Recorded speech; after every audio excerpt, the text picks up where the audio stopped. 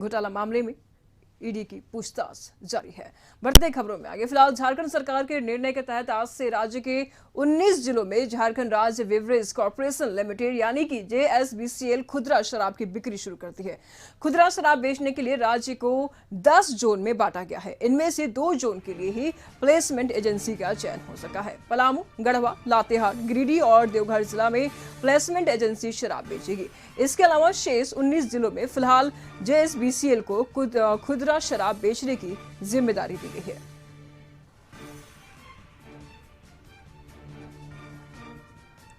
तो झारखंड सरकार के निर्णय के तहत आज से राज्य के 19 जिलों में झारखंड राज्य बेवरेजेस कॉर्पोरेशन लिमिटेड यानी कि JSBCL खुदरा शराब की बिक्री शुरू कर दी है।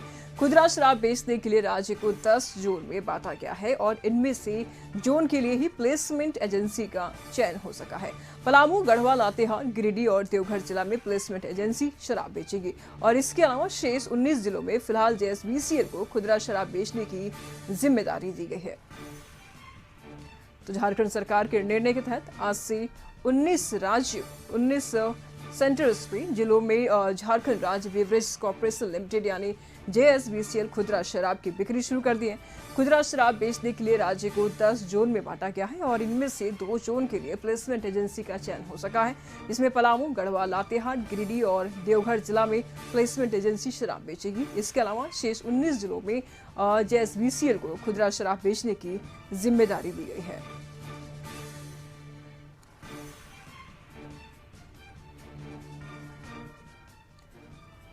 इस पर तमाम जानकारी के लिए रांची से हमारे संवाददाता रुचि इस वक्त हमारे साथ जुड़ चुके हैं। रुचि, झारखंड सरकार ने शराब विक्रेताओं के लिए भी बातचीत की है, क्या कुछ जानकारी इसमें सामने आ रही है?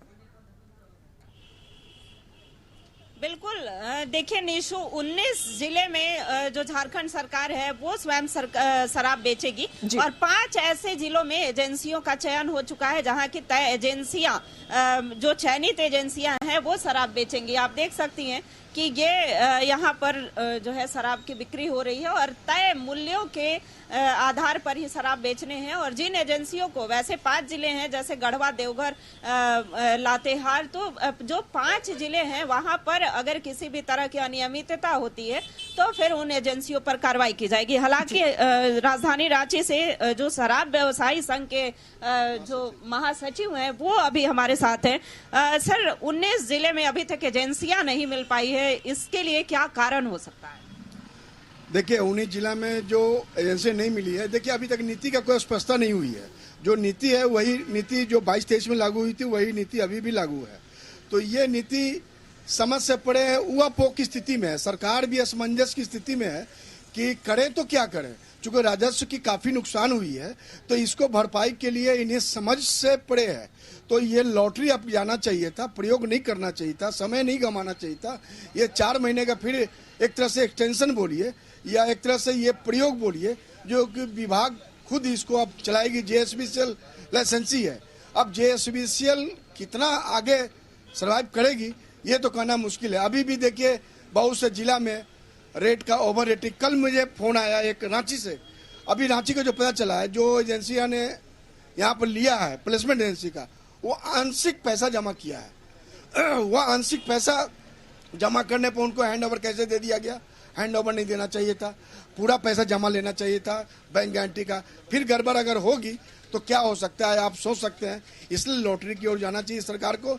जितना जल्द लॉटरी करे, पारदर्शिता करे, उससे पारदर्शिता आएगी, आम कस्टमर को अच्छा दारू मिलेगा, नकली दारू से बचेंगे। देखिए, बराबर अनियमितता सामने आ रही थी। झारखंड सरकार के राजस्व को भी इसके तहत नुकसान हुआ है। जो Jharkhand state beverage corporation limited है वो अब अपने हाथों में ली है। 19 जिले ऐसे हैं जहां की प्लेसमेंट एजेंसियों का चयन हो रहा है, लेकिन मार्च से ही बड़ा सुस्त रवैया दिख रहा है। या तो एजेंसियां जो हैं वो इसमें ज्यादा इंटरेस्टेड नहीं है या फिर वो हरता पूरी नहीं करते हैं। जितनी जो जरूरतें हैं वो पूरी, क्या लगता है सर कि हरता पूरी नहीं हो पा रही है या फिर प्लेसमेंट एजेंसियां रुचि नहीं ले रही है? देखिए, जैसा कि मुझे अपना ज्ञात होता है कि एक्साइज विभाग को दिशा निर्देश ऊपर से होता है।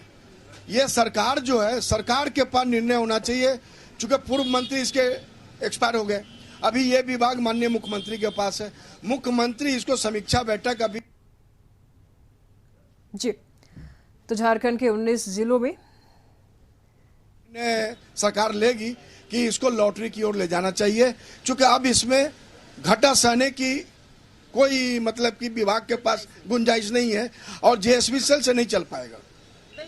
देखिए निशु, पहले से ही भारी राजस्व का नुकसान हो चुका है। अब झारखंड सरकार को ये रिस्क नहीं लेना चाहिए था, और अब झारखंड सरकार ने जब रिस्क लिया है तो फिर जल्द ही अगर प्लेसमेंट एजेंसियां जल्द नहीं आती है तो शराब में राजस्व का काफी नुकसान हो सकता है। चूंकि Jharkhand state beverage corporation limited है, वो उनके पास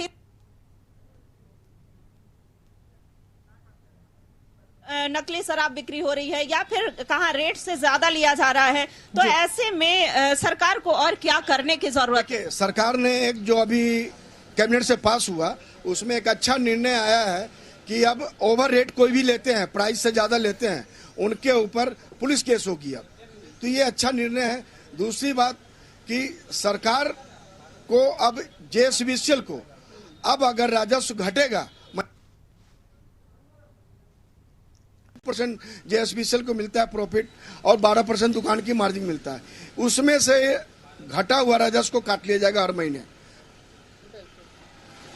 तो ऐसे में प्लेसमेंट एजेंसियां जितनी जल्दी तय हो पाएंगी, फिक्स हो पाएंगी, वो अच्छा रहेगा, राज्य के राजस्व के लिए भी अच्छा रहेगा। और ऐसे में आप देख सकते हैं कि जो खुदरा विक्रेता हैं, चूंकि यहाँ पर शराब की बिक्री होती है और थोक बिक्री भी होती है और खुदरा भी। अच्छा, इधर थोक बिक्री भी होती है। थोक यहाँ से बिक्री नहीं होती है, बाहर में माल जाता है, वो परमिट का माल जाता है। बाकी जैसे रिटेलिंग जैसे होता है उसी तरह से होता है।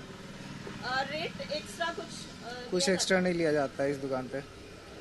बिल्कुल, यहाँ रेट एक्स्ट्रा नहीं लिया जाता है, चूंकि यहाँ पर कई नोटिस ऐसे चिपके हुए दिख रहे हैं दुकान के बाहर, जो एमआरपी है, फिक्स है, उसी रेट पर शराब की बिक्री की जाएगी। लेकिन कई ऐसी जगह से शिकायतें मिलती हैं जहां की मूल्य से अधिक पैसों में शराब मिलती है। आप झारखंड, यहाँ राजधानी रांची के कई जगहों पर मूल्य से अधिक रुपए लिए जाते हैं। हाँ, कभी कभी ऐसा देखने मिलता है कि कुछ मान लीजिए अपने मन से वो लोग 10 रुपया 20 रुपया ठंडा के नाम से एक्स्ट्रा ले लेते हैं।